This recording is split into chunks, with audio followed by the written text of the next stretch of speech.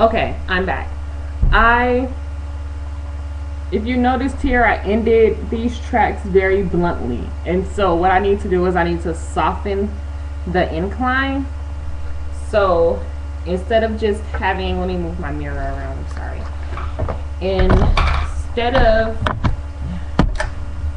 having my hair start bluntly like this, I'm gonna go ahead and add this short track here that I have for specific purposes as this one.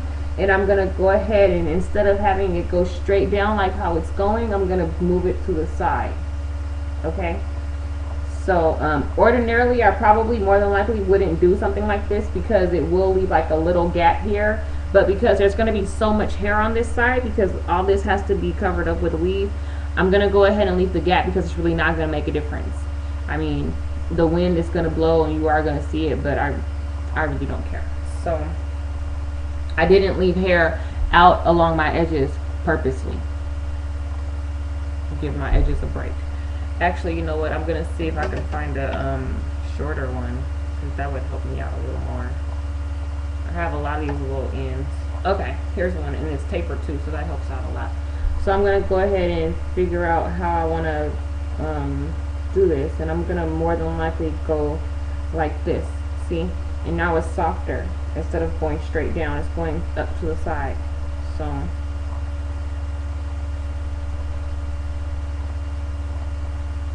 gonna go ahead and poke it through my track. And normally I start my track off not to my head, but looking at it like, but since this is a specific place where I want it to go, I want to make sure that I started off exactly where I want it to go.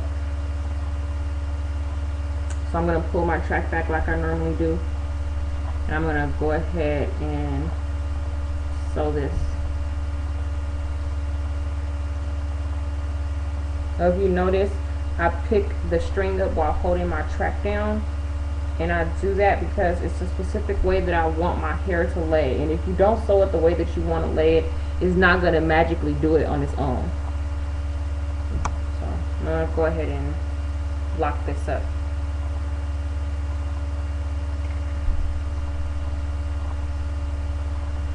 My hair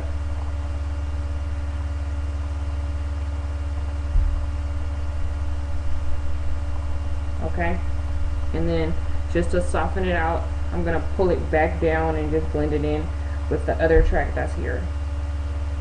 So I'm gonna put this in through the track now. I only put the needle through the track at the ends of my hair. Okay. And those of you who sew, or those of you who don't sew, I'm going to let you know right now, it does cause gaps if you don't do it right. It causes gaps in between the hair, because what happens is the hair is hanging off the track. I'll show you graphically. The hair is hanging off the track like this, and you're going to sew it around the track, and then if you're going a certain way, there's going to be little gaps. They won't be that big, I'm just exaggerating them, okay? The thing about it is, if you're careful and you're more exact about where you want your hair to go, you will not get these gaps. Okay, so what you have to do is you have to make sure that instead of sewing your hair and going to the side because that's the way that you're working, you want to make sure that you bring it straight up, lock it, which is what I'm about to do, lock it, and then go to the next one and bring it straight up and lock it. Okay, see how it's locked? And then I'll bring it straight up and lock it.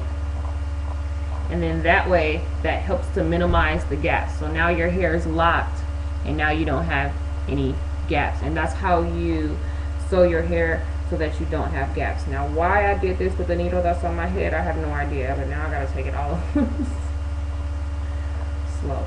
Okay, so now that I've made an incline going the way that I want my hair to lay,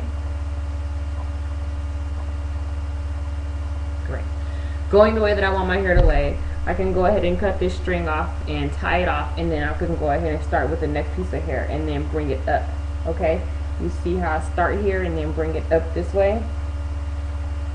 You might not be able to tell, but that's what I'm doing. I start down and bring it up, and that's how I'm going to work my whole entire head until I get to each piece of hair, I'm going to go more and more over here. So I'm going to end up having one last track go around my braid. And what I do is I call that the finishing track. And most of the times I'll put 2 tracks as my finishing tracks, just to make sure that all the little handiwork that I've done underneath it doesn't really show. Alright, I'll be back.